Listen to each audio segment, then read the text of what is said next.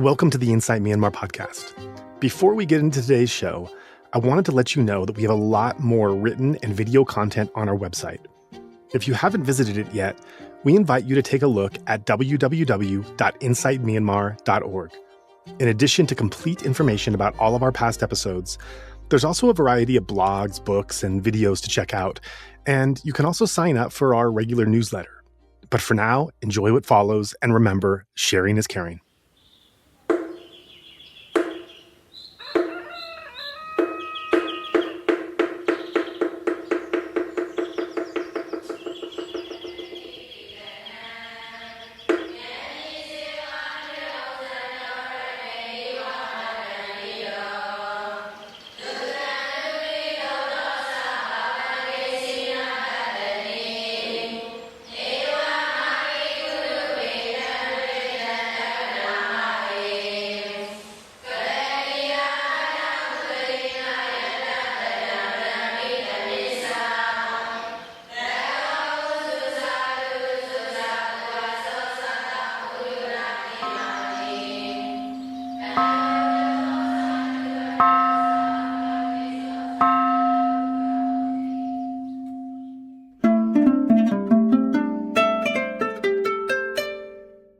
I've really been involved with Burma probably for about 30 years.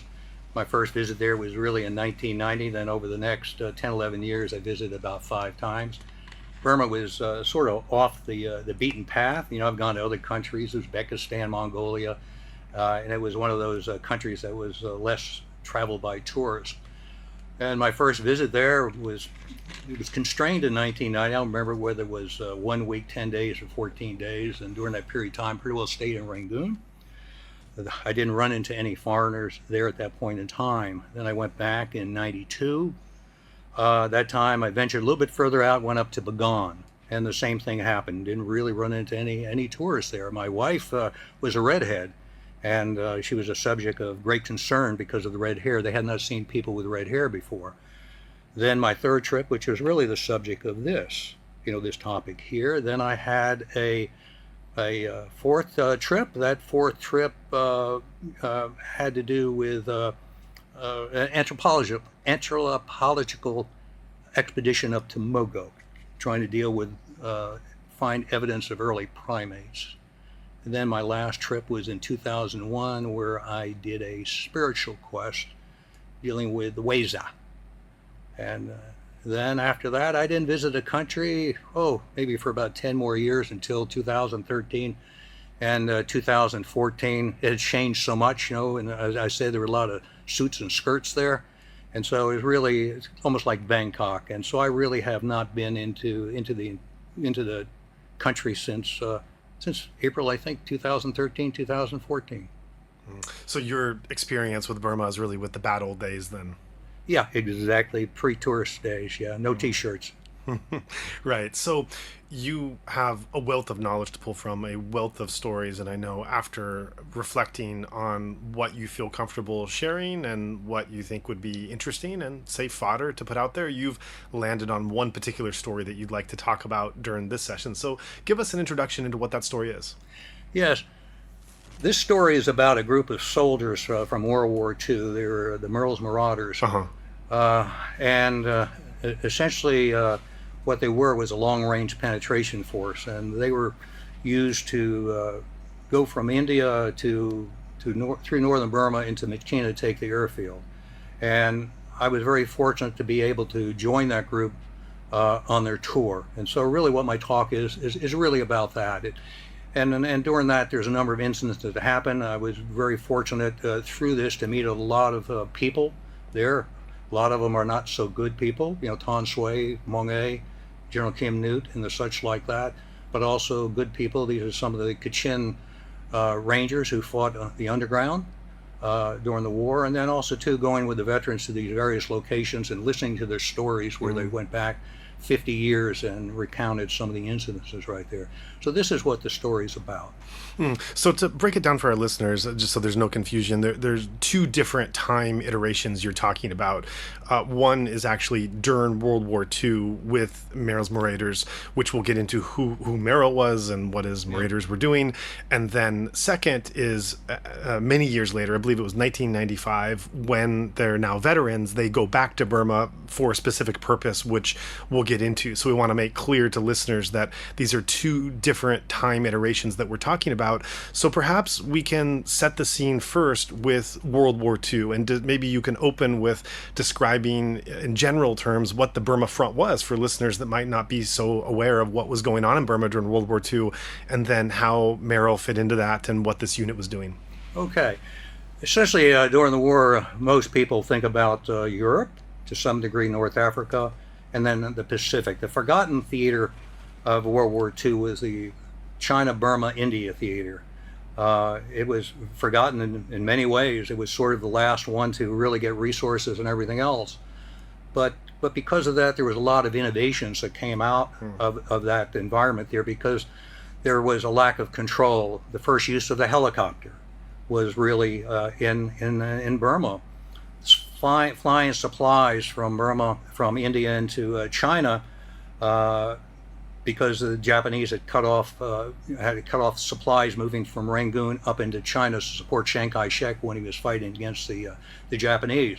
So the Americans flew supplies to Chiang Kai-shek from India to into China, and that really set the stage for the Berlin airlift.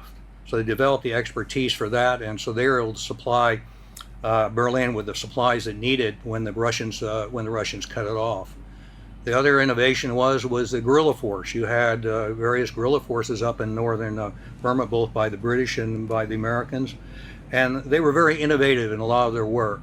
And today's U.S. Army Special Forces came from this group. Then you also had the Flying Tigers, which many people have heard about. You know, they initially were volunteers. They started off in Burma, fighting against the Japanese there, then slowly were pushed out. Then they went into China. Then they flew for the National Chinese, and eventually, when America entered the war, then they became the 14th Air Force with General Chennault as their head. But they developed a lot of innovative fighter tactics that later on in the war and the Korean War, they were adopted by the U.S. military. So it was almost like a fighting lab that was there mainly because they weren't controlled. So it's, like I say, it's very interesting, and that had to do with part of my interest in the country, had to do with the World War II period right there, because of the different things that happened, as well as there were other things that were happening on the Burmese side with the Japanese support of Aung San and the comrades right there. But going back really to the topic, of the talk here, you're exactly right. It's really two pieces. We're going back to 1941 up through 1944, and then all of a sudden we're going to jump back to 1995. And 1994, 1995, and that's when the veteran trip started. But let's go on back to really around 1941. And during 41, the U.S. made a decision to provide material support to China in this war with Japan, as the U.S. felt that China was critical to the defense of the United States. These supplies came to China through northern Burma. The objective of the Japanese attack on Burma in early 1942, in addition to taking India from the Burmese and maybe linking up with the Germans in around Iran, was to cut off these supplies. Since the Japanese controlled most of Burma, the supplies were sent to China from India by flights over the Himalayan mountains. This was called flying over the hump. However, the Japanese control over northern Burma allowed them to interdict these flights from its airfield at Myitkyina, which was called at that time the Kachin Hills, which is now Kachin State in northern Burma. When the U.S. entered the war, it was important for the Allies to secure this airfield from the Japanese to stop these interdictions. The Allies planned to build a pipeline and a road from India to China through northern Burma as another means to supply fuel and supplies to the National Chinese fighting against Japanese. The main reason they were supporting the Chinese there had to do with put pressure off of Nimitz and MacArthur. that the Japanese would have to keep forces in China and divert those forces from fighting against the American forces in the Pacific. So this was, in a sense, very, very important to keep the Japanese tied down. And what happened, in order, the U.S. had to take that airfield up in Myitkyina, and also they had to really secure the route from across northern Burma to China for the pipeline as well as for the road. So what it did is it put together a long-range penetration force, U.S. Army penetration force. It was called Merrill's Marauders. It was named after its leader, General Frank Merrill. And the name was coined by the press. The press coined this name. It's like Terry and the Pirates and all. Mm. And they were trained actually by General Ord Wingate's Chindigs, very famous general, General Ord Wingate. He was famous for work he did in Palestine and elsewhere, and what he did is he ended up setting up a long-range British force that act behind behind enemy lines. And what was also unique, they operated behind these lines with conventional forces, and they were supplied by air from India. So it was sort of a combined operation right there. And so what happened is because of Wingate's knowledge and everything else, the Americans took training under Wingate, and also what they did is they worked with the air supply group to learn their various tactics in order to support Merrill's Marauders to do the same thing, where Americans can operate behind the Japanese lines and to secure northern Burma, and especially the airfield of Myitkyina. And at the same point in time, they would have supplies dropped to them behind the lines. Now, what happened? They were under the command, as mentioned, of General Merrill, who was under command of General Joseph Stilwell. They called him Vinegar Joe. He was the Deputy Supreme Allied Commander in Southeast Asia. He was under General Mountbatten. Also, he was an advisor to General Chiang Kai-shek. Stilwell was very unusual because he also had a Chinese army under his control. So there was a Chinese army also in northern Burma because the Chinese also wanted to protect their supply route into China. So Stilwell also assumed control over them. And when the Japanese moved north and started pushing the British out, and also the Chinese were there, they all went into they all went into India. And so the Chinese soldiers were in India, and they were trained in India, and they eventually came back with the Merrill's Marauders. Now, going back to the Merrill's Marauders, they embarked on their mission in mid-February of 1944 to take these various areas in northern Burma, and eventually to take the airstrip at Myitkyina.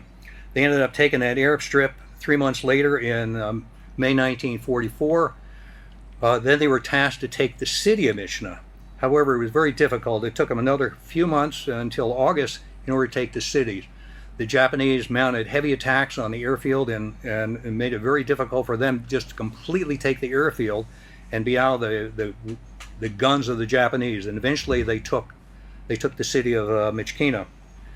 Now, there were 2,750 Merrill's Marauders who left the India border in February 1944. Only 1,300 of it made it to Myitkyina. That's less than half. They had endured physical, mental, heat exhaustion, malaria, dysentery, dengue fever, mosquitoes, leeches, injuries, combat-related injuries, and deaths. And they had trekked over 750 miles of jungle and rugged mountains in combat with the Japanese. And that had taken a very huge toll, on these soldiers. They were disbanded later in August 1944 after the capture of Myitkyina City, as it only had 130 officers and men who were combat fit. Furthermore, out of the original 2,750 soldiers, only two were left alive who had never been hospitalized with wounds, injuries, or major incidences. So that's sort of the background to the context for these veterans to go back.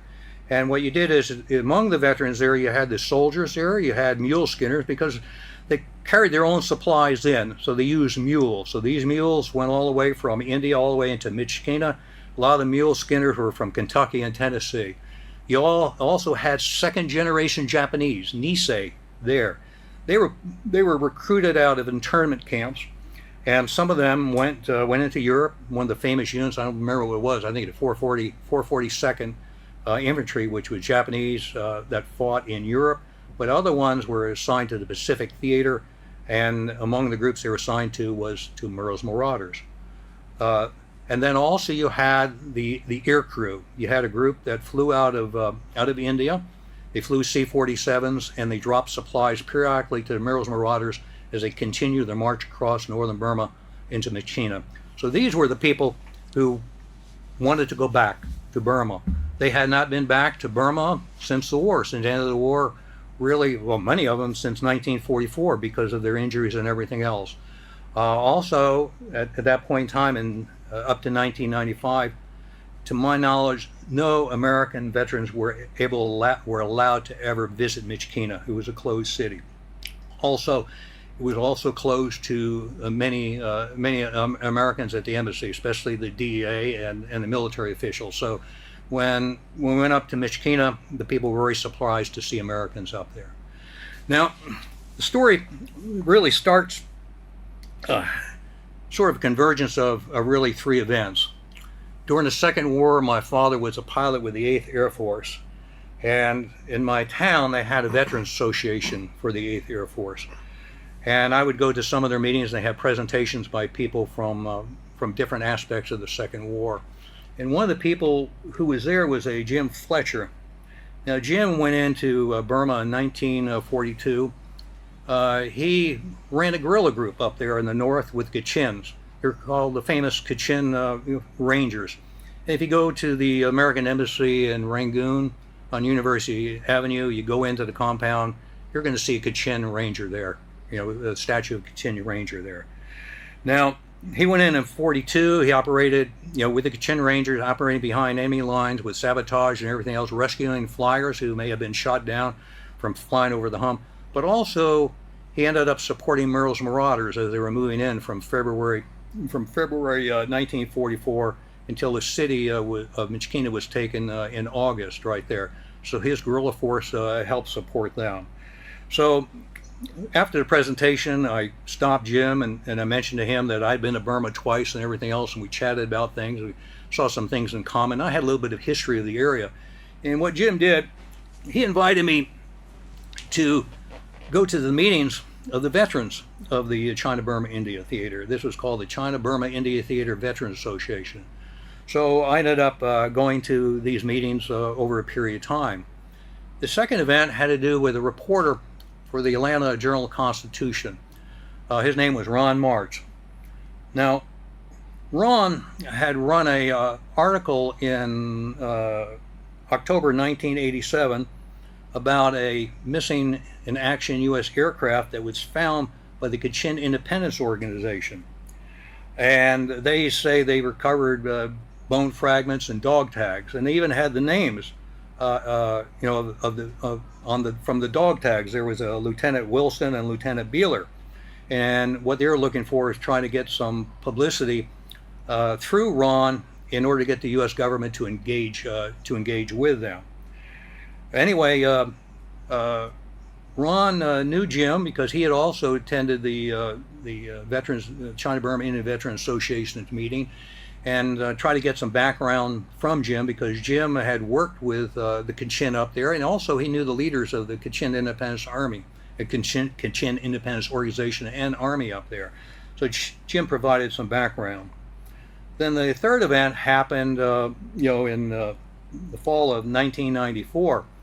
The Merrill's Marauders Veterans Association announced that they were going to have a tour to Burma to visit some of the old battle sites. And they invited Jim to go. And Jim thought it was also a good opportunity to follow up on this 1987 reported crash that was found by the KIO and KIA. In 1994, the KIO, KIA entered into a ceasefire agreement with the Burma military. So another reason we're able to go on up there, and hopefully would be able to that he would be able to meet with the leaders there to deal with the aircraft. Anyway, Jim could not go. His wife Janelle became sick, and then he knew I had been there before, and he asked me to go off on the trip to follow up on this plane crash. And I had a friend of mine who had also been to Burma with me before, named Gary. And so what happened is that he sponsored us with the Marauders Veteran Association to go to Burma on this veterans trip. Then we started off in January 1995. Gary and I flew up to Washington, D.C. We met the veterans at the hotel there outside D.C. And then what happened is later that night we were invited, the whole group of us, over to the Burmese embassy in Washington, D.C. for an official reception. This was by Ambassador U Thong. There were 18, as I mentioned earlier, 18 Merrill's Marauders veterans, and there were 3 sons and grandsons of veterans who had passed on, and then there was Gary and I. So there's 23 of us that were there. The group leader was a Brigadier General, Robert Castor. He had served on General Silwell and staff in India. So he was the leader of the group. We mentioned to him about that missing aircraft, and when he went up to Myitkyina, that we wanted to go talk to the KIO leaders about that, and he endorsed us doing that. While we're at the reception, we learned that what was started off as a private visit apparently had been co-opted by the Burmese military as a state-sponsored visit for propaganda purposes. So a day later, we're on a flight to Rangoon, ended up in Osaka. They just had the earthquake there a few weeks earlier, and then we were a little bit worried in a hotel about that. But then from there into Bangkok, and from Bangkok into Rangoon. We were met at the airport of Rangoon by the foreign liaison officer from the Ministry of Defense, a Major Ton Tun. He was to be our handler during our whole trip, and he had 2 military media folks there, one still photographer and one movie one, video one, in order to document our trip. And periodically we were put in the newspaper, the New Light of Myanmar, again for propaganda purposes right there. We ended up spending a couple of days of tourism in the Rangoon area, looking at the usual tourist sites and everything else, and where they're taking pictures of us doing that. And then we went over to the Commonwealth War Cemetery, where a lot of the British soldiers and soldiers from the Commonwealth countries were buried, were never repatriated back. And then the veterans ended up laying a wreath there. Of course, again, it was photographed and everything else by the Burmese military and put into the newspaper as part of the propaganda. Then we ended up having a couple of days of official meetings. There was two major official meetings that Gary and I attend. The first one was with the Minister of Trade, Lieutenant General Tun Ki, and then the second one was with the Deputy Prime Minister, Lieutenant General Tin Tun. What ended up happening, they split the group, except for Gary and I, they split the group into 2 pieces, 2 groups of them, and they went and visited them. One interesting came out of that, and one of them, when they visited the Minister of Trade right there, Lieutenant General Tun Kun, he was talking about Kabarazi, that high mountain up in northern Burma, and he says it's a perfect place to maybe go ahead and house atomic waste, from nuclear reactors right there. Go ahead and buy the atomic waste to generate earnings for Burma. And also, too, it came out that maybe it could be a ski resort. So those are some of the things that came out of that one. Well, as mentioned, we declined to go. And what we decided to do is go visit somebody I had visited before. And this was an Esther Pojanau. She had been a nurse with Dr. Gordon Seagraves. This is Dr. Gordon Seagraves was the famous Burma surgeon. He came from a missionary family that I guess had been in Burma since probably the mid-1800s. And then he went into Burma in 1920s, 1930s as a missionary doctor. He started spending more time on the doctoring than the missionary work. And he lost support from the missionary group, but he got support from others because he felt really what they needed was the medical care. So what he ended up doing is in the 30s, he ended up training a number of nurses. He sent some of them to America. These were ethnic nurses, Karen, Kachin, to America for training. They came back, and this is before World War II. Then, and his hospital was in Namkan, up in northern Shan State, which you hear a lot about now because of the fighting. Then what happened is the war started. The Japanese started pushing, come in through Thailand and started pushing north because they wanted to take that airfield, Myitkyina, and they were also punching to the west to head toward India. At that point in time, during that period of time, General Stilwell and General Merrill were both in Burma with the Chinese troops, and they were being pushed back north. They ended up a little bit north of Mandalay. They met up with Dr. Seagrave and the nurses, and they all escaped through the notorious Hukon Valley. It's sort of a valley of death. Many people with the history of Burma know about that trek. It was almost like the British leaving India, going through the passes there, the Khyber Pass. So they were dying right and left. So what happened? General Merrill, General Stilwell led the group, and then you had Dr. Seagraves and his nurses. They all escaped into India. So Esther spent the time in India, and then also Esther came back with Merrill's Marauders when they started, behind Merrill's Marauders, when they started their trek back in February 1944, all the way through to the capture of Myitkyina. And after the war, Seagraves went back to his hospital, Nam Khan. He stayed there until 1995 when he passed on.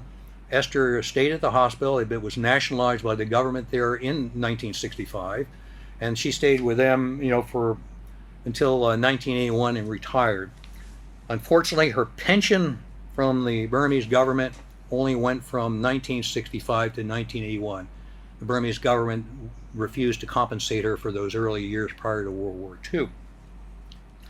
So when we went and visited Esther, and we asked if she'd be willing to go to dinner that night with the veterans, and she said she would. So we went back and we talked to the veterans. They were excited about it because some of them knew the Seagrave nurse. Some of them were treated by the Seagrave nurses. So they were very ecstatic about that. So we went back and talked to Esther, invited her to come. So what happened, we had a dinner. It was at, you had the Sweetie Gong, and as you look at the Sweetie Gong from the south, and you come up to the south entrance and you look on the right side, there's another pagoda right there that sort of looks like the Sweetie Gong. People called it the Slork Pagoda. And that's where we had dinner, and was hosted by no other than Major Tintan. So we were there. Esther came in with her husband, and she was wearing the American Bronze Star. She was awarded that by General Stilwell for bravery right there. The veterans were very, very ecstatic, and you can imagine how how Major Tun was. He was not happy at all. When the photographers started taking pictures, they made sure that neither she nor her husband were in those pictures right there. So there were pictures, but you didn't see them. So that was the start of a bad relationship with Major Tun right there.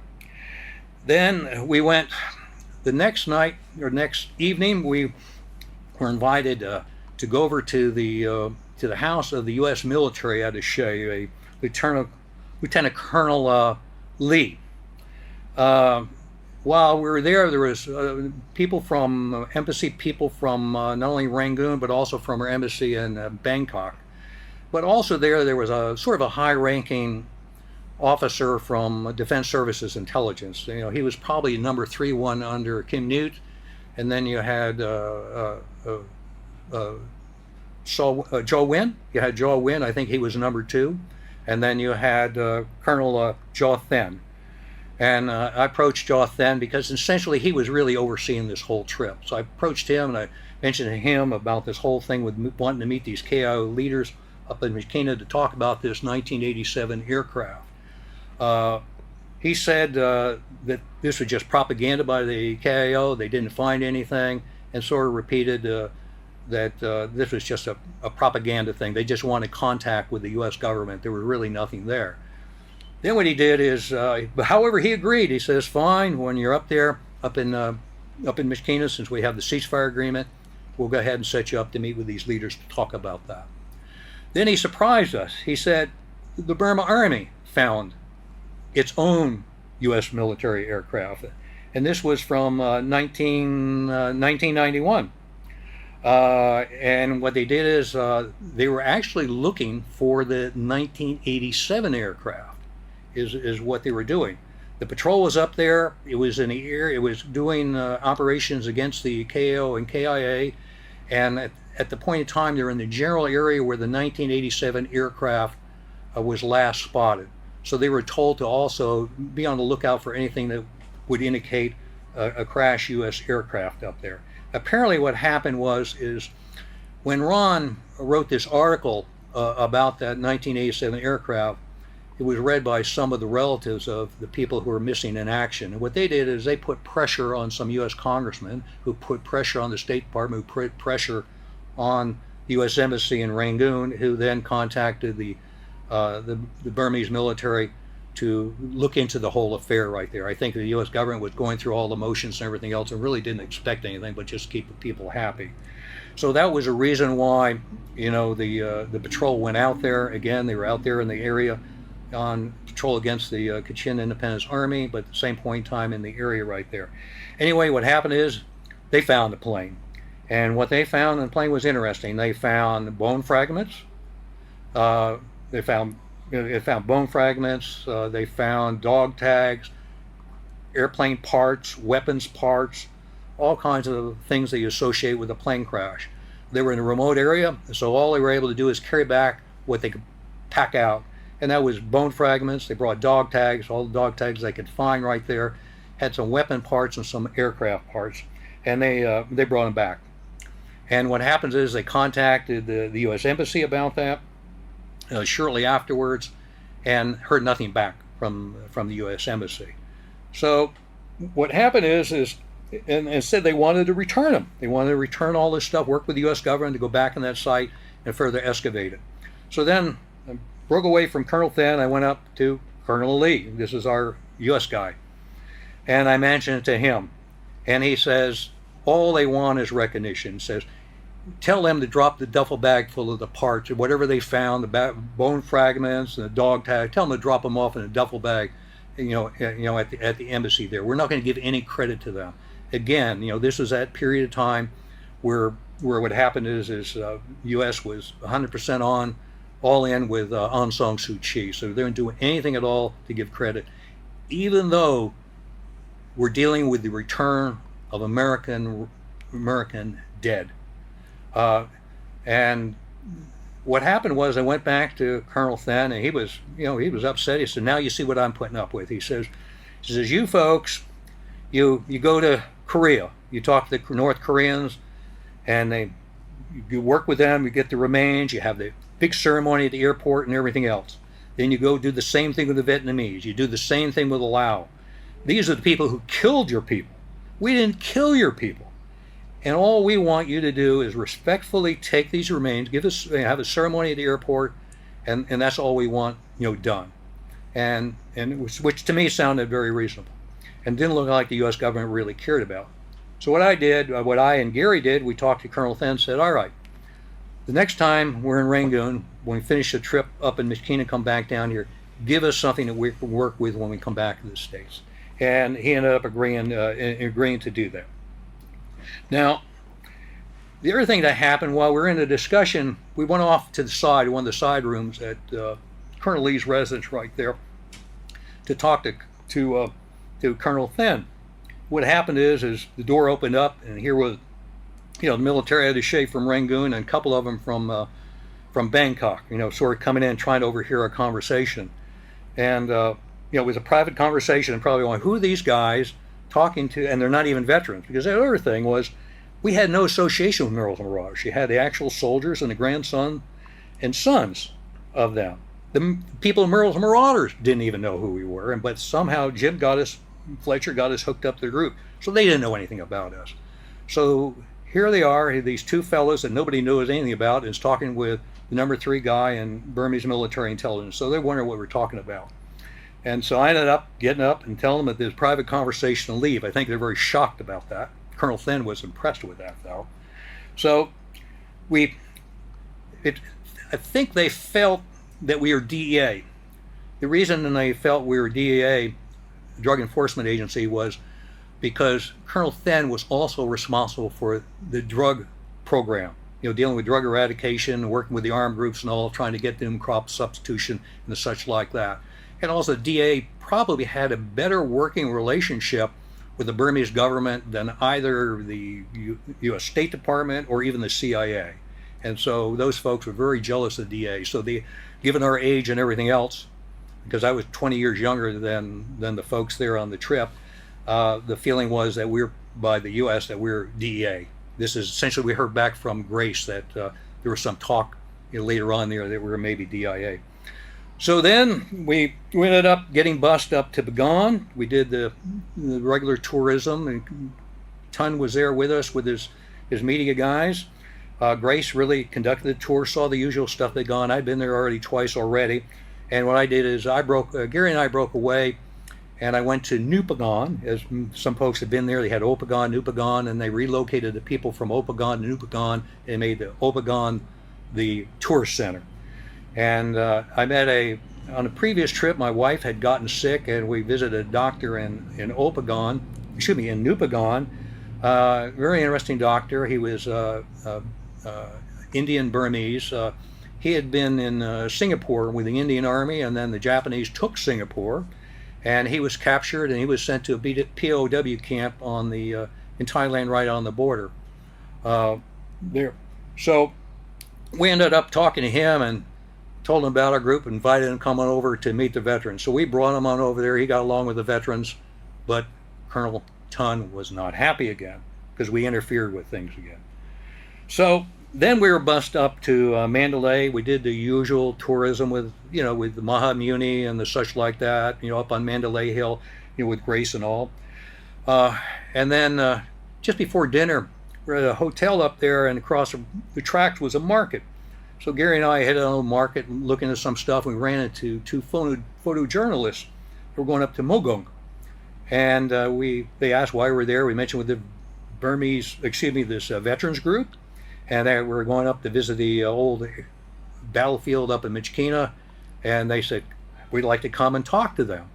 So we said, come on, follow us. And we went on up there, up to the upper floor where the dinner was being hosted by General Ten again. And so the photojournalist started talking to the veterans. Colonel Ton got very upset about that. He talked to General Castor. General Castor went to the photojournalist, told him to leave. So again, we're starting to get a lot of bad marks with Major Ton. So then we ended up taking a flight up to, actually from this point on, we're under the control of the military. We ended up taking a military aircraft up to Myitkyina. The air crew and aircraft, the particular aircraft, stayed with us until we returned to Rangoon. And what we did is we went up to Myitkyina. We were up at the Northern Command. We stayed on the military post up there. The general up there was Major General Saul Lin. We slept on the post. Gary and I asked General Saul Lin about the KIO leaders. We wanted to talk to them about this 1987 aircraft. He said that one of them is in Rangoon for an eye operation, and the other one is traveling overseas, so they're not available. They're kind of convenient, there. However, what he did is he offered to help with any missing aircraft, U.S. aircraft that may have crashed up in that particular area, up in his command area. He says, you give us a crew report, you give us a map and the last known locations, and when we have patrols out in those areas there, we'll do a little bit harder looking there to see if we can find anything. Then over the next couple of days, we did the usual tourism up there. A lot of it was almost all of it was by military convoy. And it was very unusual as a convoy went through town and the roads. The people had to stop their bicycles. They had to stand there, and almost like at attention and everything else. Intersections were blocked. We tried to say hello to the people and everything else, and say, "Hey, we're from America," and that got the people angry. The soldiers angry.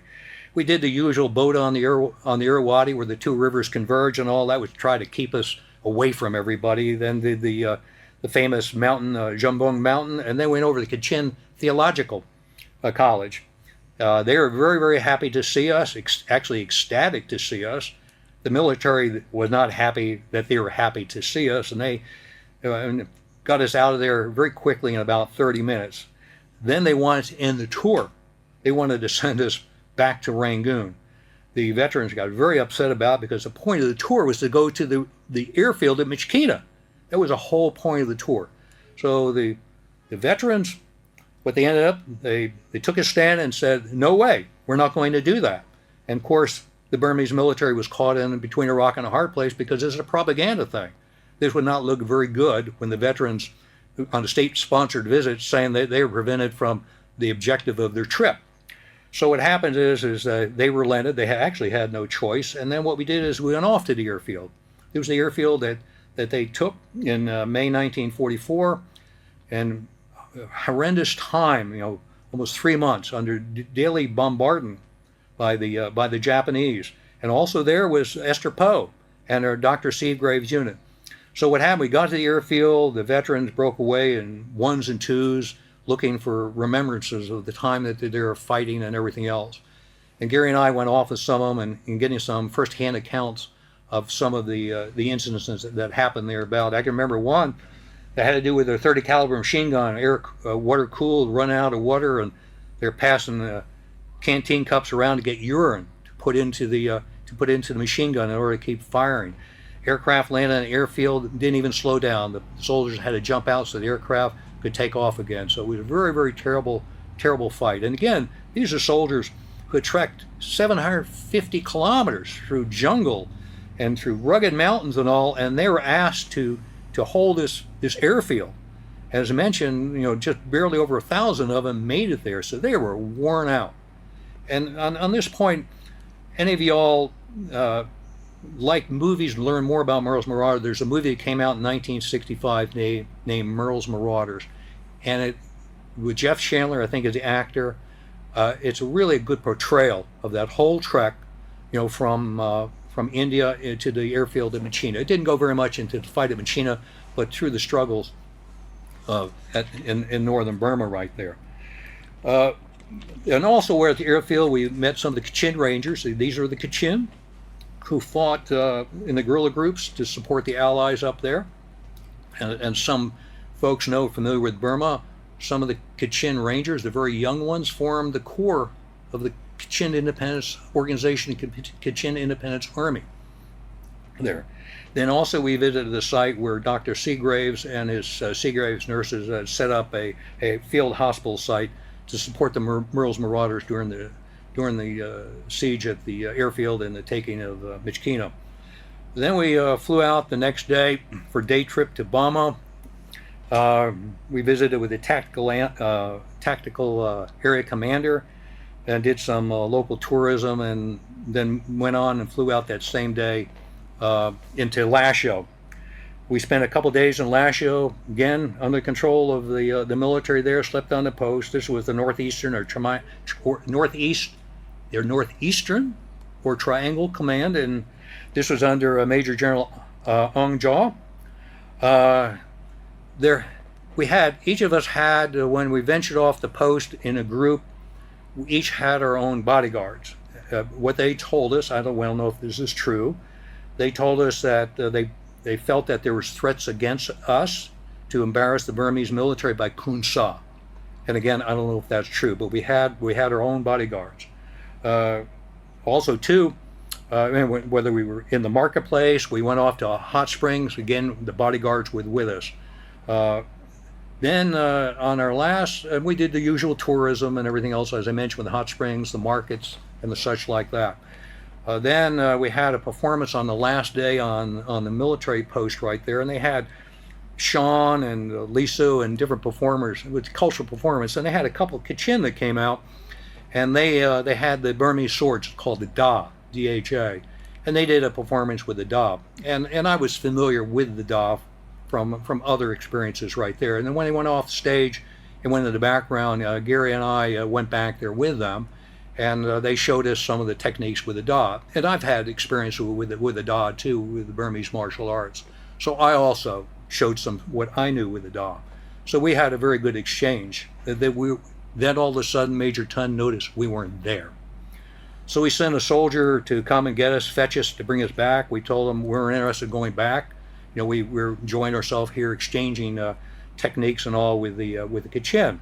Then he sent Dave Richardson, one of the group there, veterans from that group there, to come and fetch us back. And we couldn't say no to Dave. And so what they did is they put us right in the front, right next to where the performers were, where they could, essentially they go ahead and keep an eye on us. Then we ended up flying out, and when we flew out, out of the airport there, you know, all the bunkers and everything else were manned by soldiers and everything else. So I don't know if that was the usual situation or again, so we were expecting an attack on us by Kun Sa. We flew back into Rangoon. We were bussed on from the airport over to the Ministry of Defense compound. While there, sort of resting and taking lunch, Colonel Thin, who you remember from over at the U.S. military attaché house, he pulled me aside, and he gave me 5 pages of documents about the 1991 missing in action U.S. aircraft that the Burma Army found.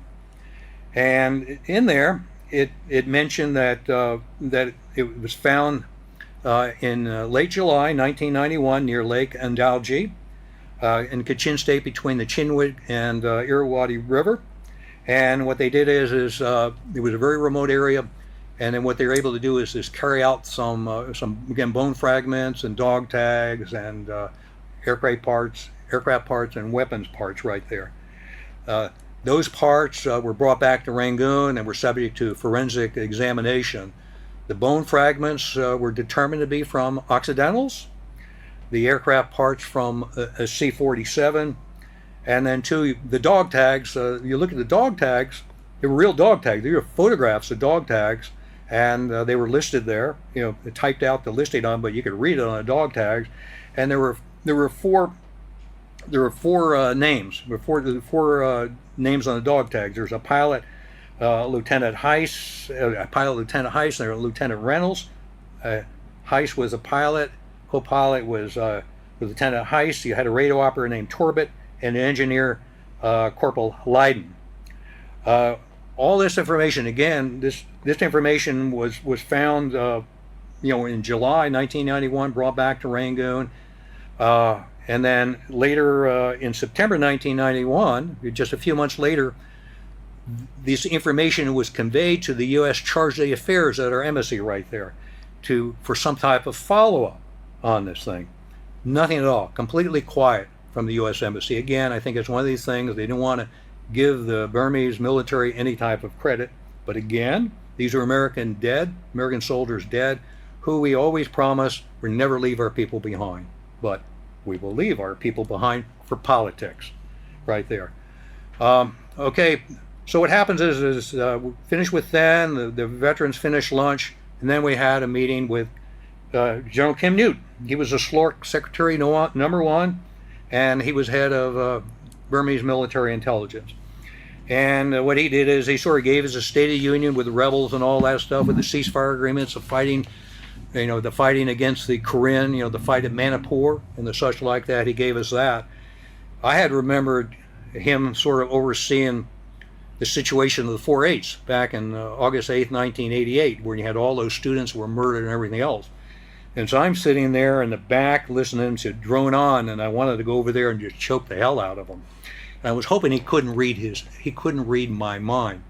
And it was a big worry, because what happened was, as many folks listening to this may know, the Burmese leadership is very much into mysticism and everything else.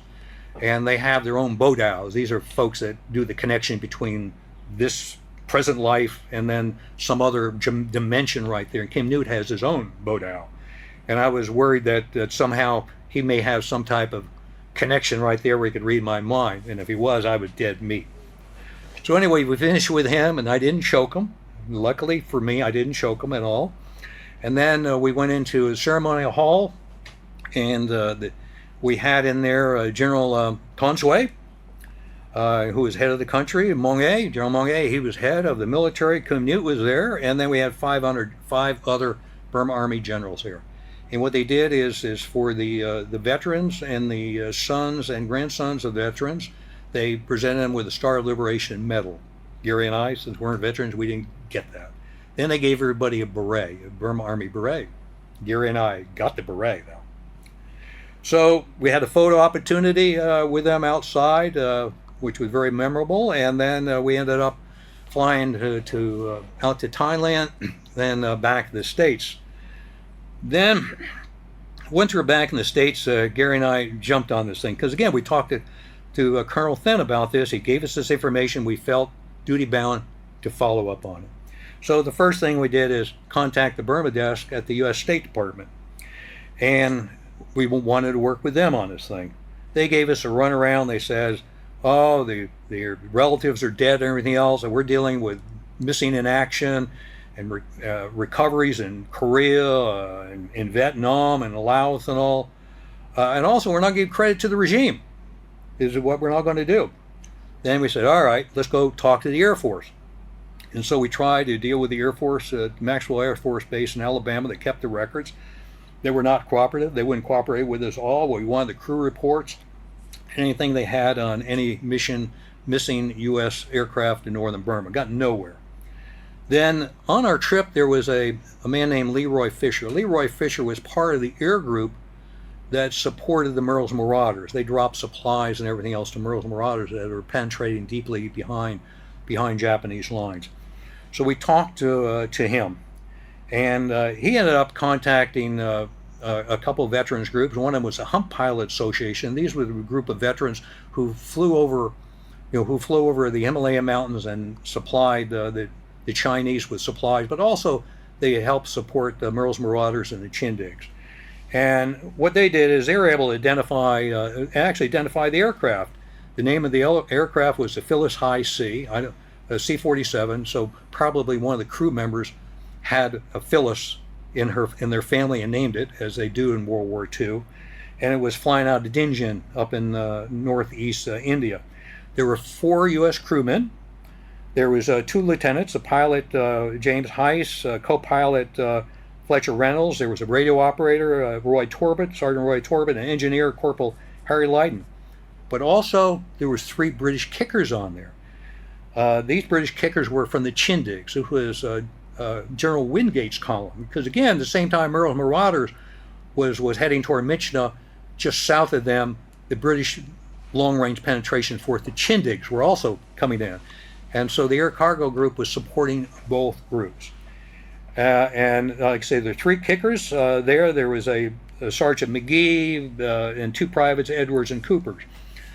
So we got that information. Then next, we still needed more help.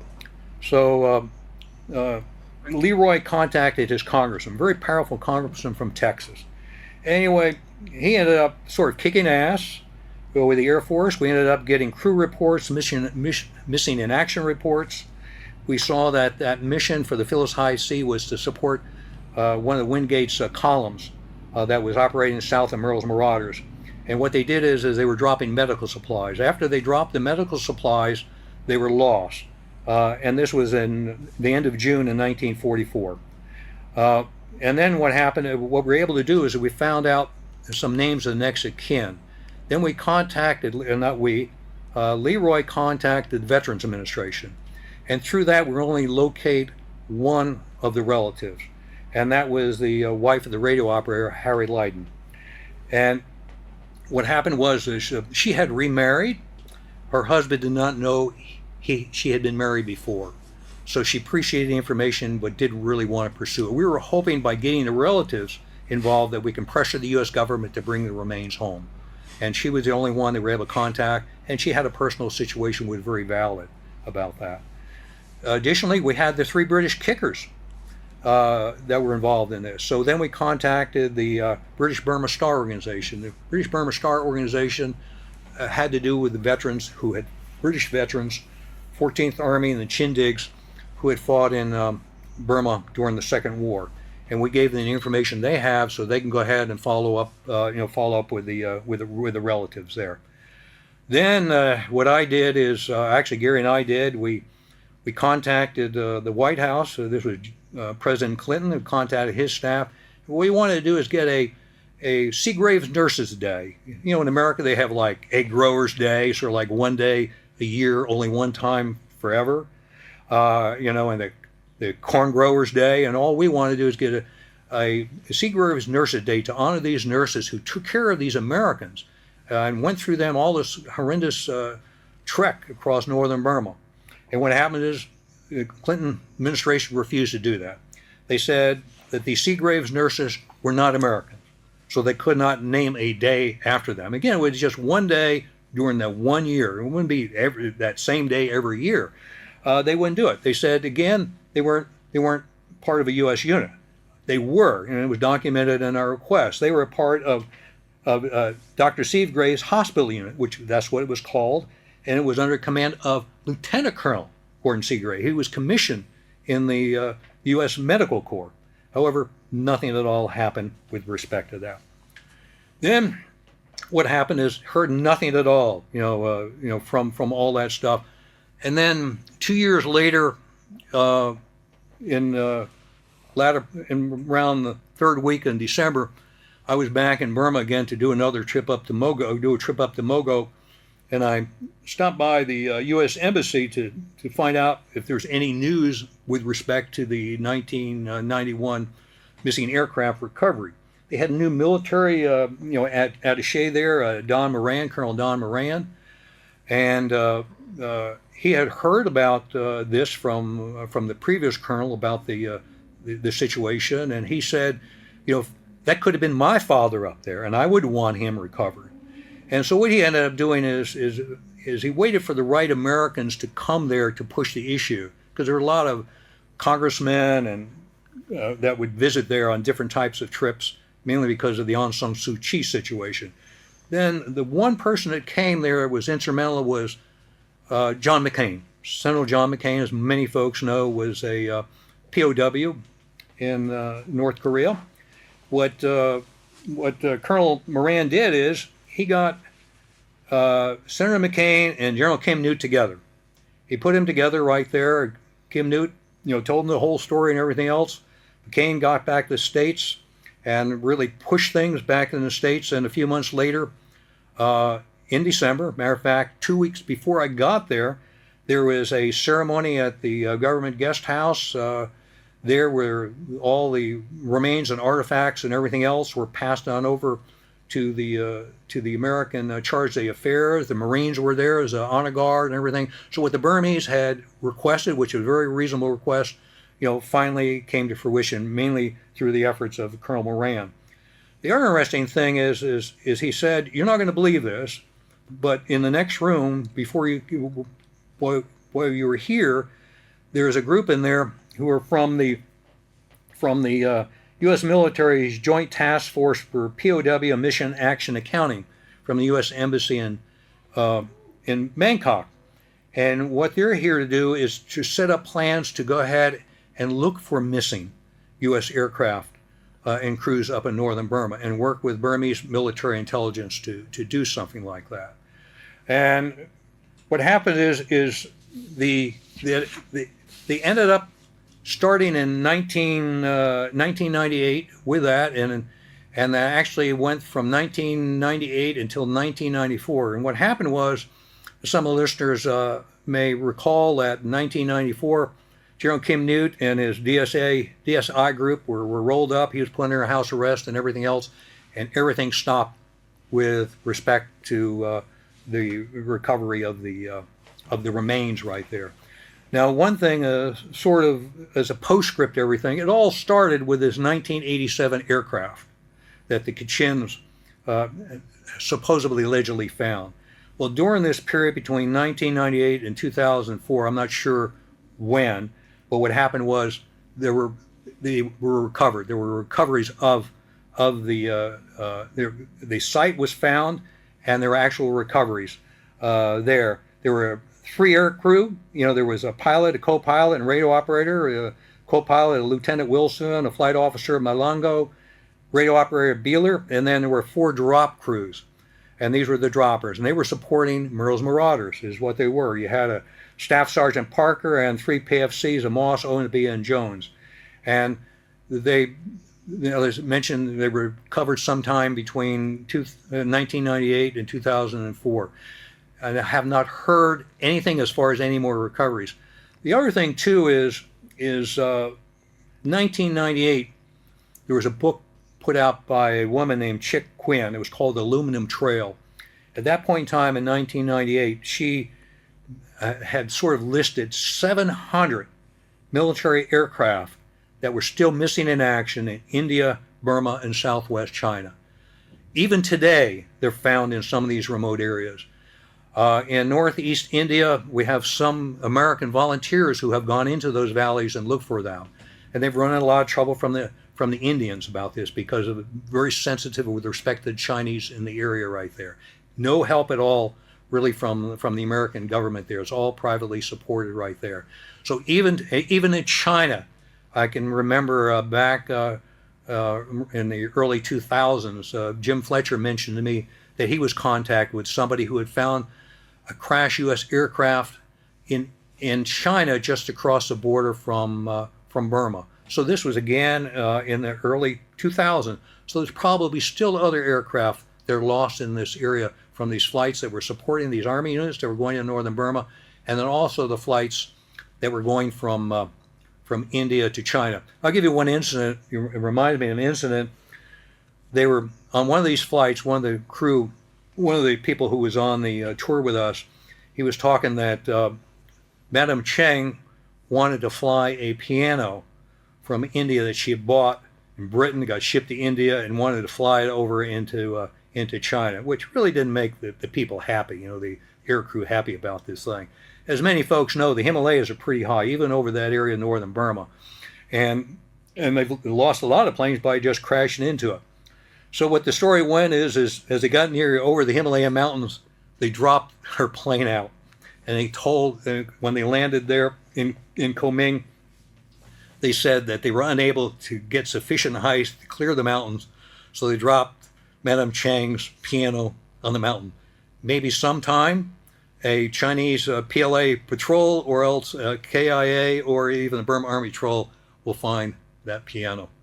So that's sort of the story. Very interesting. I enjoyed it. I received very firsthand accounts of the war there, firsthand from these people who had experienced it there. Lucky to get involved in some small way with dealing with the recovery of U.S. aircraft. In some ways, I was fortunate or unfortunate, how you want to look at it. I met the leadership of Burma at the time, the SLORC leadership. So I sort of got a sense of who they were. These people who have been murdering Burmese, since really 1962. This same clique that had done it. So it was just another experience among the many experiences I had in my, 8-9 trips that I've had to Burma. So that's sort of the story of the travel of World War II, Merrill's Marauders, and the return of these Merrill's Marauders who are U.S. Army Rangers. They're all inducted. Most of them are inducted in the U.S. Army's Ranger Hall of Fame. One of the Nisei there that served there, he's also inducted into the U.S. military's Intelligence Hall of Fame because this is Roy Matsumoto. Roy Matsumoto went all the way to Myitkyina. Before the war ended, he was seconded to the OSS agency in China to work with Chinese guerrillas. Then he was sent into Japan, and he worked with the war criminals in Japan, and they also put him under cover against the Yakuza and against the communists. So he had a very storied career. That's why there was this intelligence aspect to him. So the Japanese Americans, not only the ones that were the 442nd, I think it was 442nd over in Europe, deserved respect, but also you had those other ones that fought also with the Americans in Burma, as China, as well as the Pacific Theater. What a story. Thank you so much for coming on to share that. And you mentioned meeting the leadership of SLORC. And I mean, the years you're talking about in the early 90s are so fascinating because this is, and when you're speaking about the American leadership that is not wanting to acknowledge or have any publicity or propaganda related to the regime in order to get the soldiers. It's also important here, I think, to set the context of 1991. This is just a year after the 1990 elections and the failed '88 democracy movement, the military coup over Ne Win as he resigns, that then sets the regime on this second path after 1962. And so, this is a very charged political time, as they're also then dealing with something historical from a lost era. So quite a number of different themes that are intersecting, that you're finding yourself in the middle of this overlapping history as well. But I'm also just curious, what impressions did you have of being in the same room with these individuals? Because you mentioned how you hoped they couldn't read your mind. And I mean, that tells something about how you must have felt about them. But did you get any sense on a personal level of energetically, the vibe of who they were? No, not really. Tan Sui did not really talk very much. He did the obligatory talk. I think a lot of the talk on the ceremony was about Mong, but still couldn't get a sense of him. The one that did most of the talking of the three of them was Kim Newt. I mean, he went on and on and on, about things. And again, they just had that operation against the Karen and Manipur, and I think, matter of fact, they kicked him out of Manipur late 1994, right there. So he seemed to be more the talkative one, compared to it. The other generals, I think the general up in the Northern Command, he was really very talkative, very friendly, and everything else. But again, they're putting a good face on. It's sort of like when you're dating the women the first time, everybody puts their good face on. And this was propaganda. This was for propaganda purpose, which was a good leverage that we had. I got Major Tun irritated many times, but there's nothing he could do about it. And I knew that, and knew there was nothing at all that he could do about it. I mean, I hadn't made other trips into Burma before that, and I had talked to people in stores and all, and they were very reluctant to talk about politics, but they would pull me in the back and talk about it. And I was always worried that something would happen at the hotel. They put drugs in my suitcase or something else like that. You hear things like that and all. So I went up in a lot of cases up to the line, but didn't cross the line. Didn't cross the line with them. But again, they put on their best face, because this was for propaganda purposes right there, with all the photographs and everything else. And actually, I'll have to say, most of the veterans did not care. They were there for the experience of Myitkyina and everything else. General Castor, he sort of towed the line and all. He sort of bought into some of the propaganda they're putting out. He put out some statement that veterans signed. Gary and I refused to sign the statement, complimenting the regime, for the trip and all. We refused to do it, but it didn't really matter with us, because we weren't related to the Merrills Marauders one way or the other, right there. Yeah. So, and they were worried about us, because they had thought we were DEA all along right there.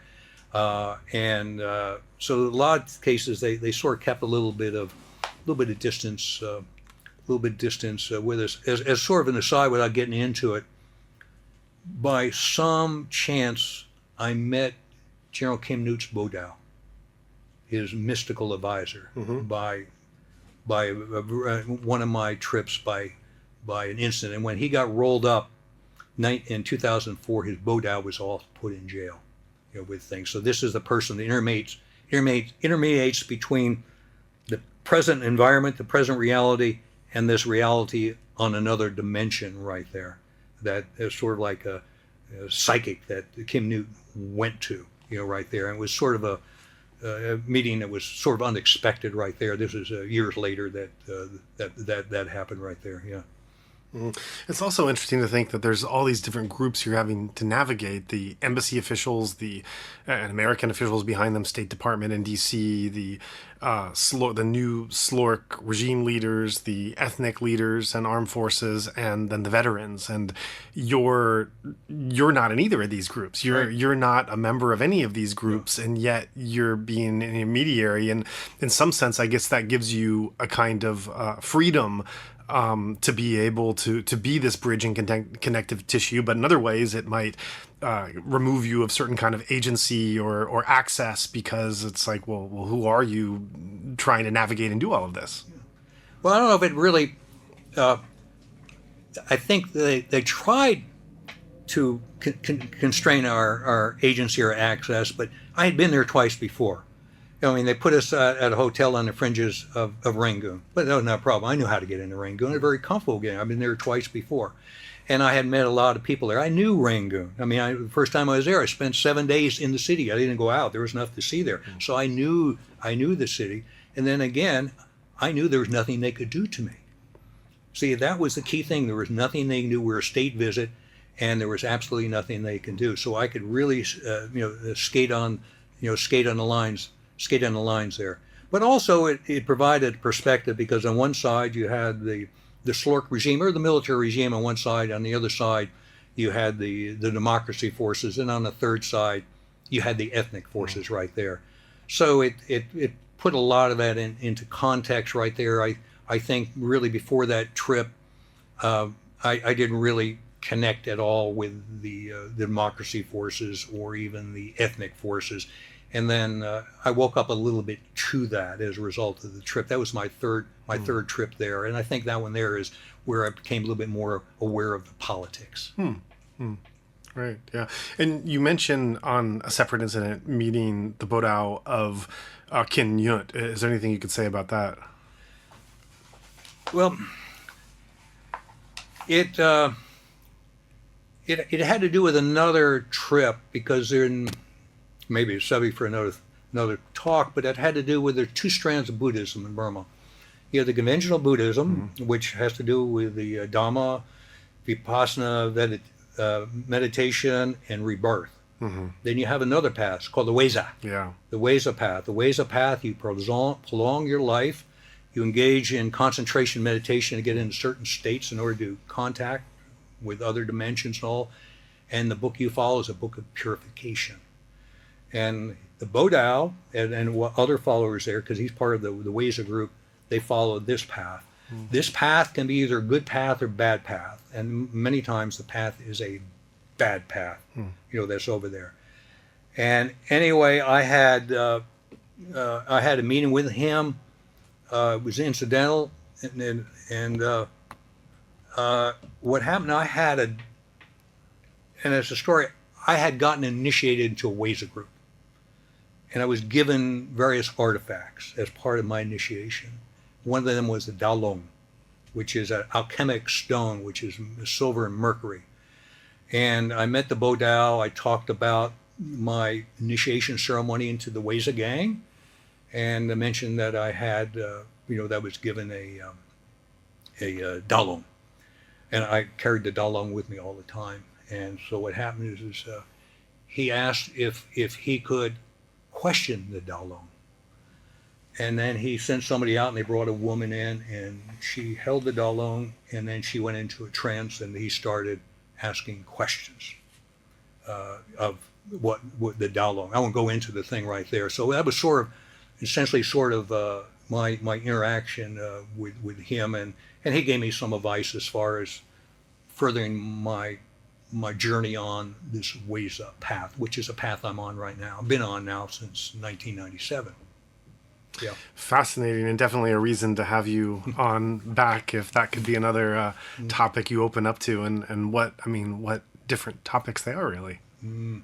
Yeah, it was. It's unfortunately what's happening is as Burma becomes very modernized, this whole weikza phenomena is being lost, because you have the people that create these dalongs. They can take up to 2 years to do it. Then you have the ins and samas. These are the magic inscriptions. You have these masters who do these things, and there's not young people to take it up. And what happens is that people think it's superstitious and all the rest of it, but it's a belief system that some people believe in, and some of them believe in it in order to get wealth or power or protection and everything else. But then there's another side of it, which has to do with maybe it works. Maybe there's things that are out there. It's like the Christians have angels. The angels can help them. there's maybe things that are out there in other dimensions that can help people there. And there's people there, Tamanya Seodo, who was in Pa'an, who passed on early 1990. Right. And, good example. There's people in Popa, that also involved. This were Apa Bowman Kong, who was a famous weikza he hung out at. So there's good people out there and not the charlatans. I've ran into charlatans there that want money, and then they'll protect you. One of them said, I'll protect you from sword cuts. And I said, well, in America, I don't worry about sword cuts and everything else like that. So there's this whole dimension, that's really out there, and you're dealing with past lives, coming back into this life from a past life, and being connected with people from another life, and you come back into this life with them, as well, and connections with Burma. Why you come to Burma? Is there something that in one of your past lives that there is a connection? I was told that, and everything else, and whether it's a delusion or not, it doesn't really matter. But so there's Burma. I mean, we have all this conflict and everything else going on, but there's a lot of stuff on the weikza thing. People, they were at the Nat level, for decades and decades. Then finally, some researchers in the late 90s and first part of the 21st century started getting into the weikza, started investigating that. But they're outsiders. None of them were insiders to really understand what it takes to be a weikza and what authentic weikza can do right there. Yeah. So it's completely, and it's dying. The whole thing is literally dying, which is really sad, because you have tools in your life that can help you. You have physical tools where you can do something, but then you run at a point where I can't finish it this way. Then you use your brain and say, I'm going to approach it a different way. And even that doesn't work, or I'll push harder beyond my physical. Then you need something else. And some people will be philosophy, it'll be religion, it'll be help from wherever. The third thing, it's like a hammer, screwdriver, and pair of pliers. With those three things there, you can almost fix anything. And with the physical, the mental, and this philosophical, religious, or whatever, you can solve any problem in your life through one or a combination of any of them. And so that's the other thing I learned in Burma, that the Buddhism and the weikza way are a tool to help you every day, not just praying to monks and giving them alms. This is a tool to help in your daily life. And being an outsider and not being born in Buddhism, where I made the choice to become a Buddhist, I made that choice right there, as opposed to, this is, I go to the temple every day and all. So Buddhism has, and another subject, but Buddhism is a tool that's helped me work. And through these trips, to include, this one right here, that I made in 1995. So each trip, tourism, did the usual tourism bit, did this one here. Then I got involved with Buddhism and other things. It kept building and building, networking. It was about people. Going to Burma was about people. I went up to northern Burma to deal with this issue with the plane crash, but along the way I networked. And the other two, I ended up networking. And these networks kept growing each time I visited the country and was able to get deeper into the country. Now, I'm not trying to be Burmese, because I'm not. That's not the point. But the point is I better understand the Burmese people. It gave me a way, I wouldn't call it a religion, a tool to help me. So my contact with Burma has really been life-changing.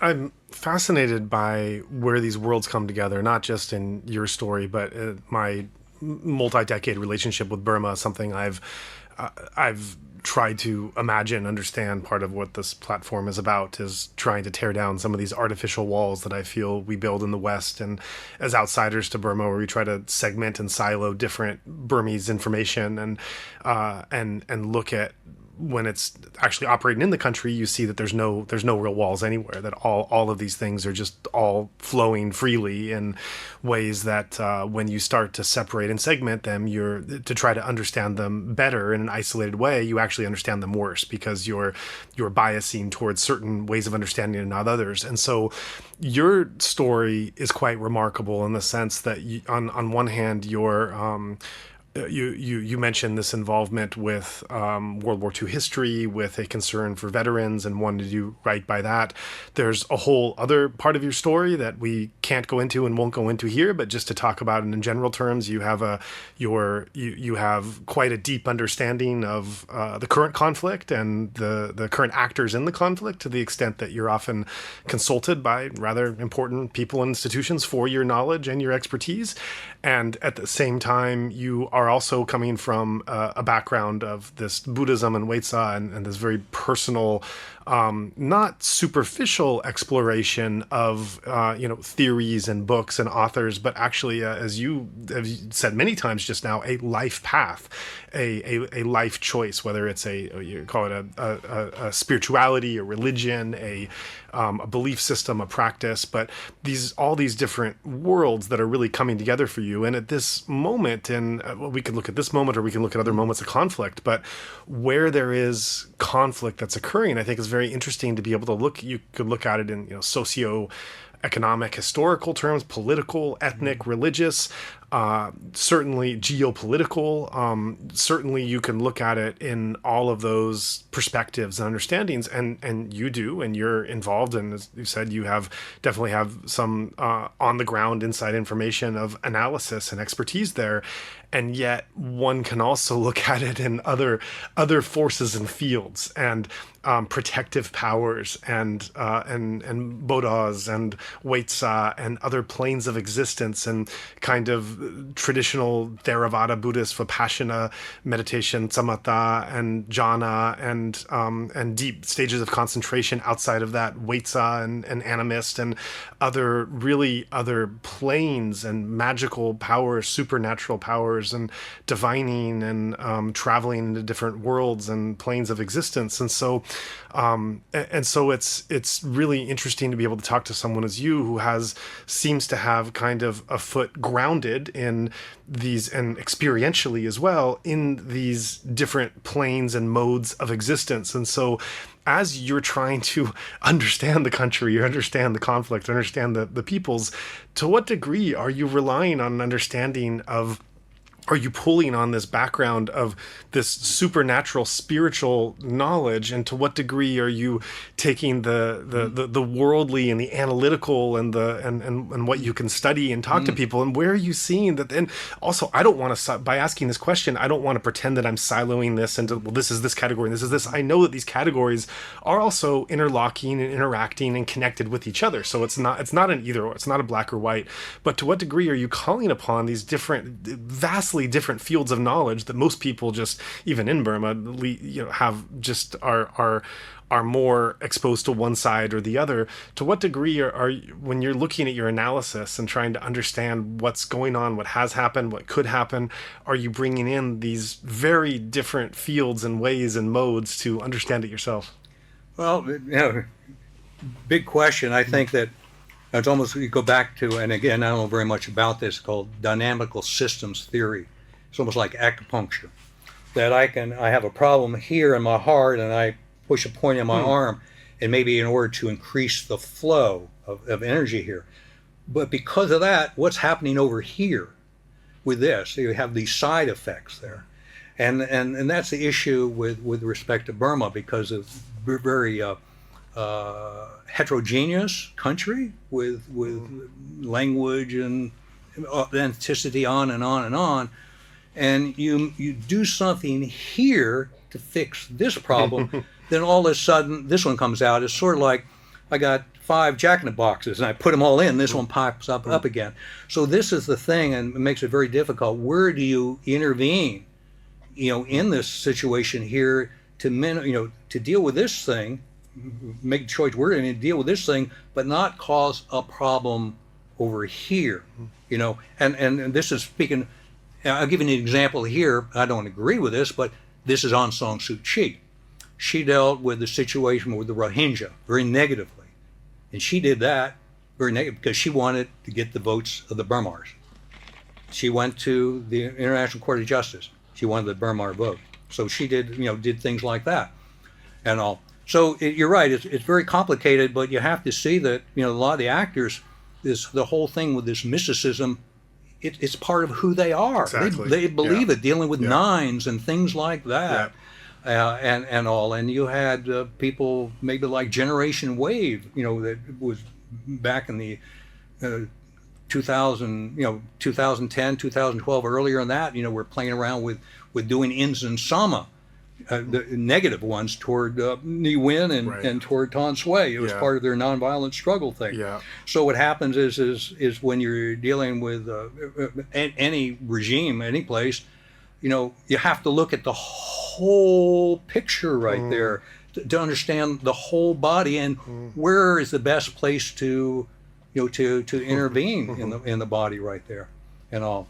And so you're right. It's really very very complicated. But the other thing is going back to the weikza, they can give you insights.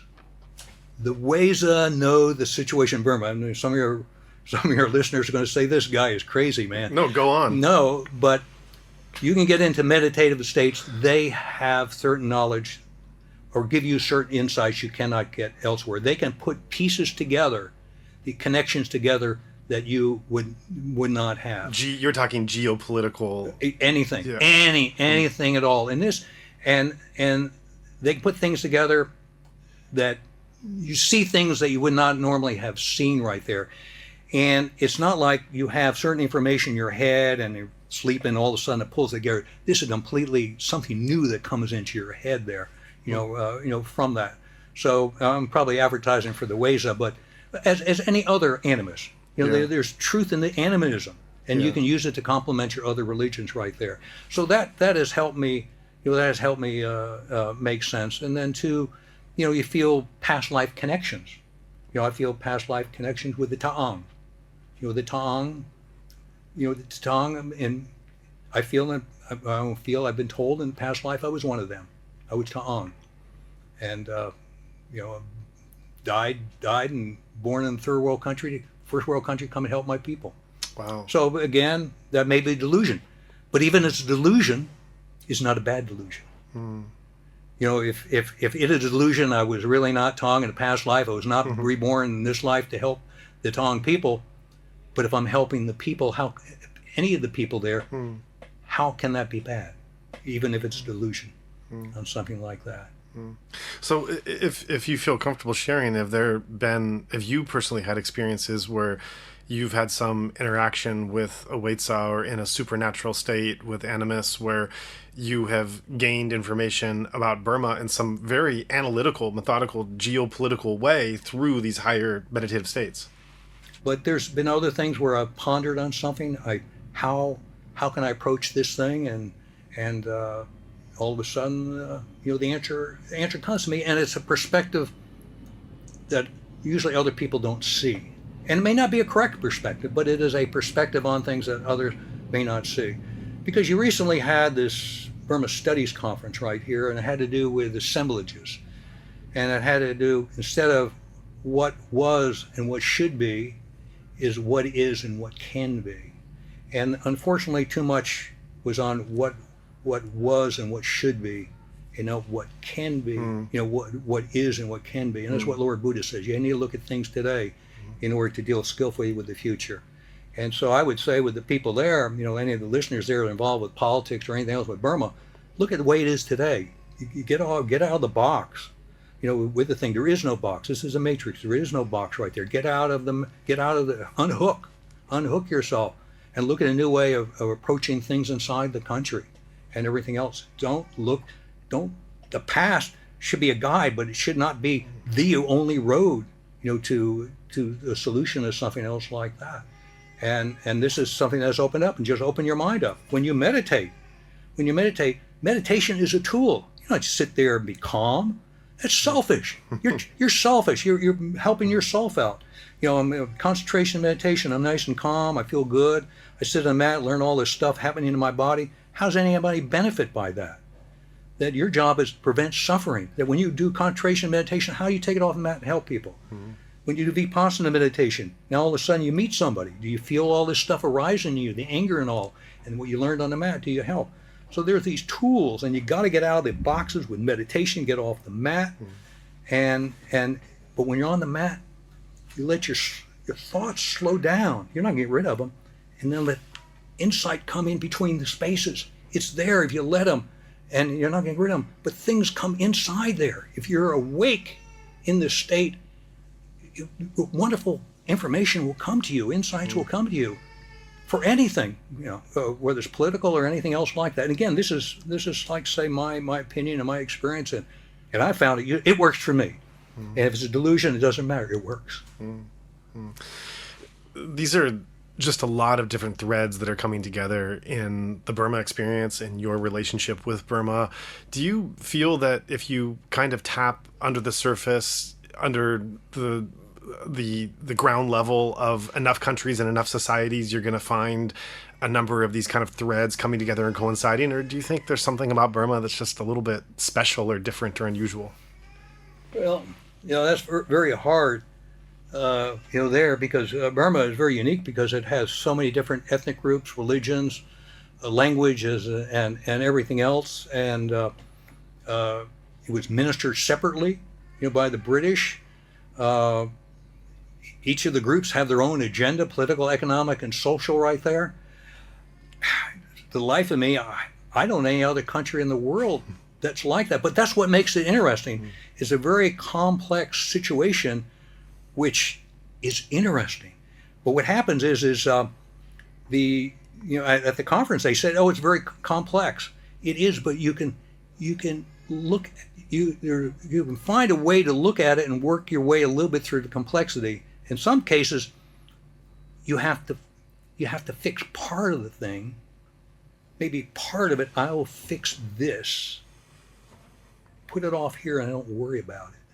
Then I can deal with what's left. I have to take slices. I cannot fix the whole thing. Every time I go over here and put my acupuncture here to do the heart, affect something here. It is not working. I cannot do this acupuncture. It's not working. What happened? I have to do an amputation. I'm going to amputate.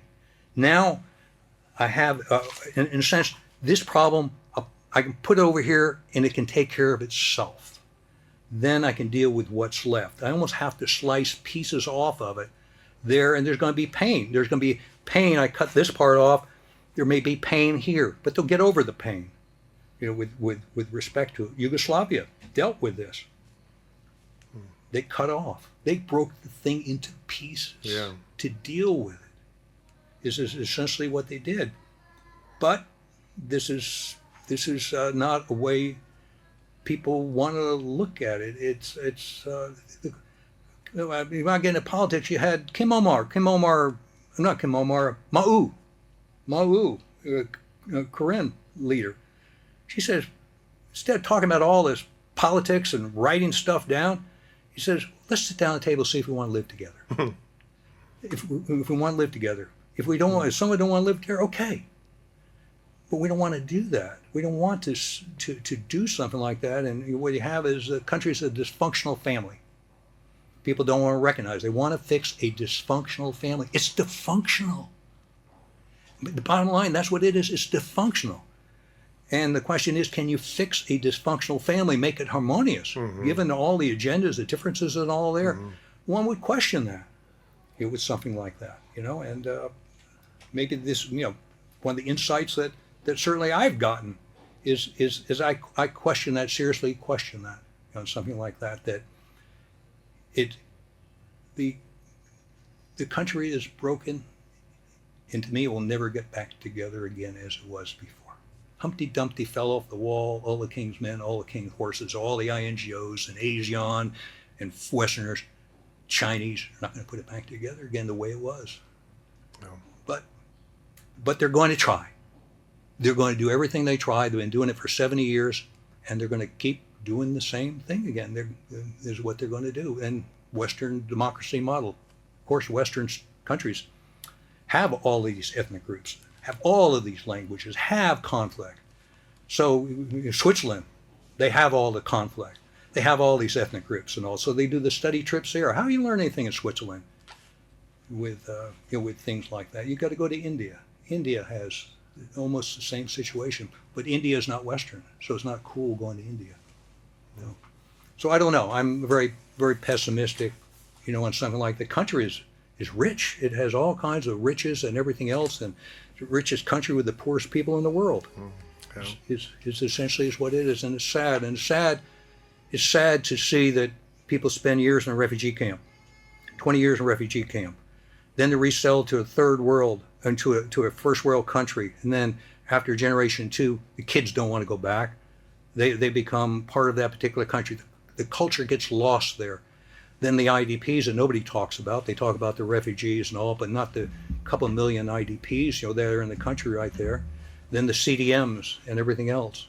So what happens is when does it stop? When does it stop? How many generations that go on and on and on? It's the Lord Buddha, talks about the circle of suffering, and what happens is we're going through it because we don't see reality as it is and act skillfully. Going back to the assemblages again, we see it, and then based upon what we see, then we make skillful decisions. Is what we do. So again, you can see Buddhism influences me on every plane. Is what it does, and Buddhism is another way of dealing with this particular issue. Because the bottom line of Lord Buddha's message was one thing: stop suffering. This is bottom line. And the Burmese have been suffering for 70 years. And 70 years, what does it take to do that? And some of it may be radical, extremely radical, but the bottom line is peace. Right. Just to close out, you've talked a bit about the problems that Burma has been facing and the possible solutions and the way to, in your words, fix it or help resolve it, make it better. That's going in one direction, going from outward to inward to try to help or heal the country. Looking the other direction in terms of not the problems that Burma presents that need to be solved, but the riches, however you want to define that word, the riches, the wisdom, the beauty of the country that it has to teach and inspire and help humanity. From someone who spent so much time there, how would you describe what these riches are in whatever way or form they come? Oh, I certainly have to go back to Buddhism because, next to Sri Lanka, when it comes to Theravada Buddhism right there, they still have it. Meditation. I mean, meditation basically is housed there and everything else. So I think that's there. Again, you have a lot of history, going back thousands of years, and even the situation with China now and access to the Indian Ocean. China historically has intervened, has gone into Burma and everything else because they see it's strategically located. One of the most strategically located countries in Asia, right there between India and Thailand, India and China. The trade route, from India all the way through to the South China Sea, through the area. So economically, it can really be a great country. The people tend toward education. They have been very educated people in Burma. I mean, you had issues where English was stopped and you couldn't wear long pants and everything else there, but the people are really very, very educated. A lot of them are hard workers. They're entrepreneurs. Look at the entrepreneurship that they have done and everything else. So what happens is again, I would say Buddhism, but the thing is how do they resolve this problem? If they can resolve this problem, show the world how you resolve a problem like this, you can't get any more complex than this. If they can resolve this thing and see reality as it is and deal with that, then they can show other countries. You have Eastern Congo, which is a basket case. You got Libya with the things there. You got Iraq and all that have many of these same differences right there. You can provide a model how you fix this thing, a model of how you can solve conflicts elsewhere that have these many ethnic groups that have different aspirations, economic, social, and political aspirations right there. So I think on that side, how they solve this conflict can be a model for the world. So that's and two, everybody's living together. You have, again, the Muslims, the Buddhists, the Hindu, the Christians, the animists, all of them living in one place and all. Many of them living in the same state and all. how to get together. But they just need to sit down and say, we want to live together. How can we do it? And everything else. So I would say something like that. Then the other thing is this,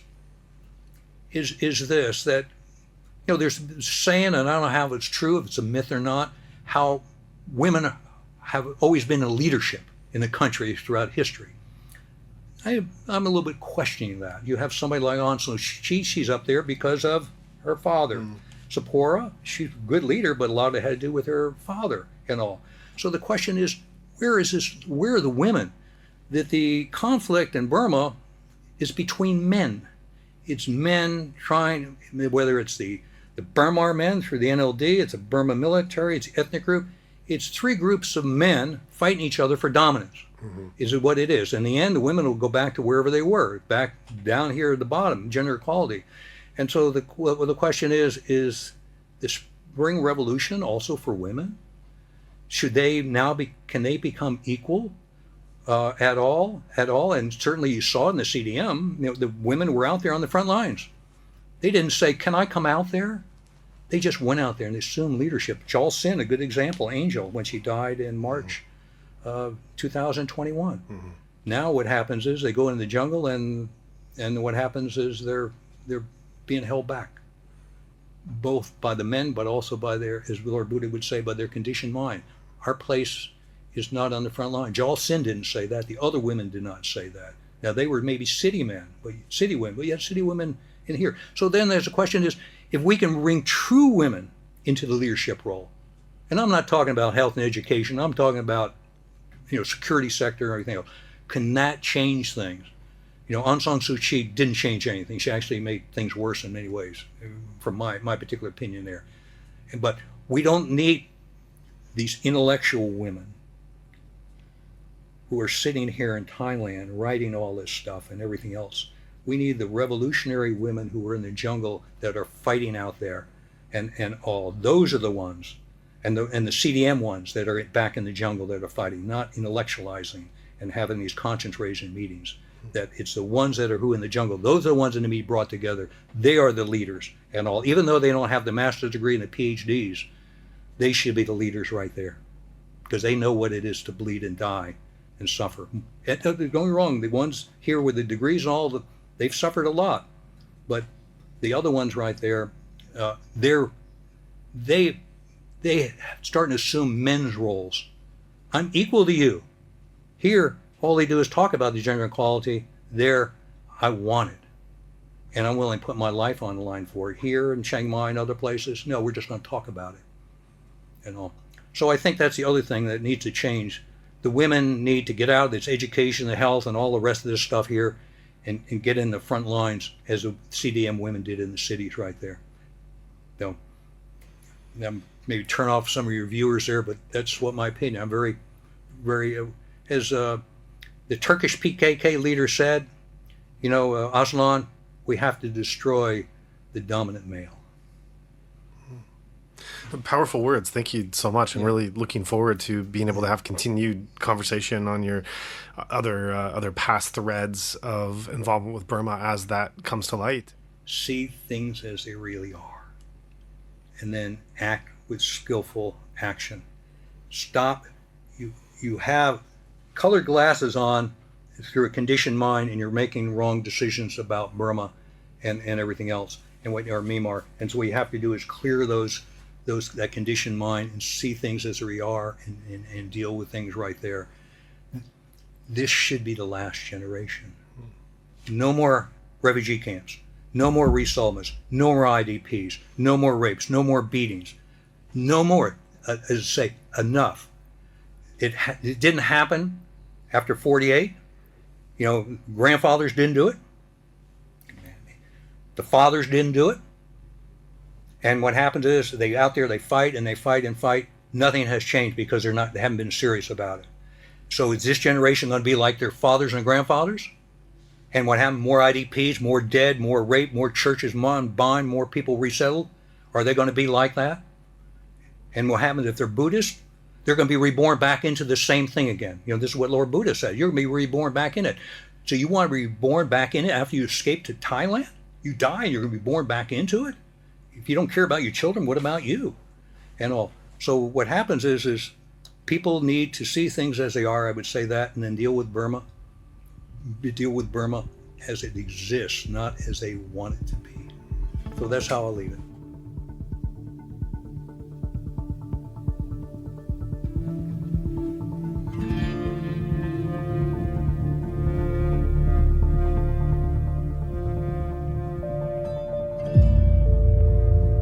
I'll be honest, not only is asking for donations my least favorite thing in the world to do, I find it pretty uncomfortable as well. Yet, it is an unavoidable but necessary task in order to ensure that our platform can continue to bring you stories from post-coup Myanmar. And unfortunately, the truth of the matter is that there is a basic minimum cost to keep our engine humming. So please allow me to take a moment for that least favorite and uncomfortable thing to do, and ask sincerely for your generosity in supporting our mission. If you found value in today's show, and think others might as well, we ask that you take a moment to consider supporting our work. Thank you for taking the time to hear our spiel.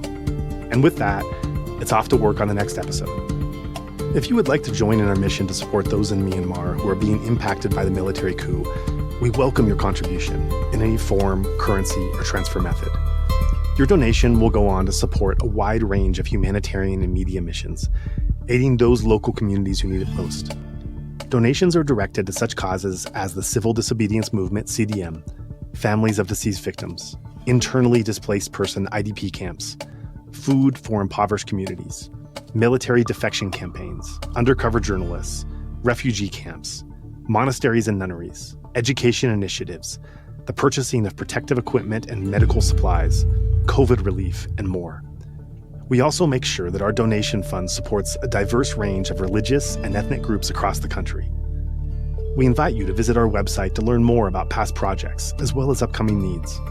You can give a general donation or earmark your contribution to a specific activity or project you would like to support, perhaps even something you heard about in this very episode. All of this humanitarian work is carried out by our nonprofit mission, Better Burma. Any donation you give on our Insight Myanmar website is directed towards this fund. Alternatively, you can also visit the Better Burma website, betterburma.org, and donate directly there. In either case, your donation goes to the same cause in both websites except credit card. You can also give via PayPal by going to paypal.me/betterburma. Additionally, we can take donations through Patreon, Venmo, GoFundMe, and Cash App. Simply search Better Burma on each platform and you'll find our account. You can also visit either website for specific links to these respective accounts or email us at info@betterburma.org. That's Better Burma, one word, spelled BETTERBURMA.org. If you would like to give it another way, please contact us. We also invite you to check out our range of handicrafts that are sourced from vulnerable artisan communities across Myanmar, available at alokacrafts.com. Any purchase will not only support these artisan communities, but also our nonprofit's wider mission. That's Aloka Crafts, spelled ALOKACRAFTS, one word, alokacrafts.com. Thank you so much for your kind consideration and support.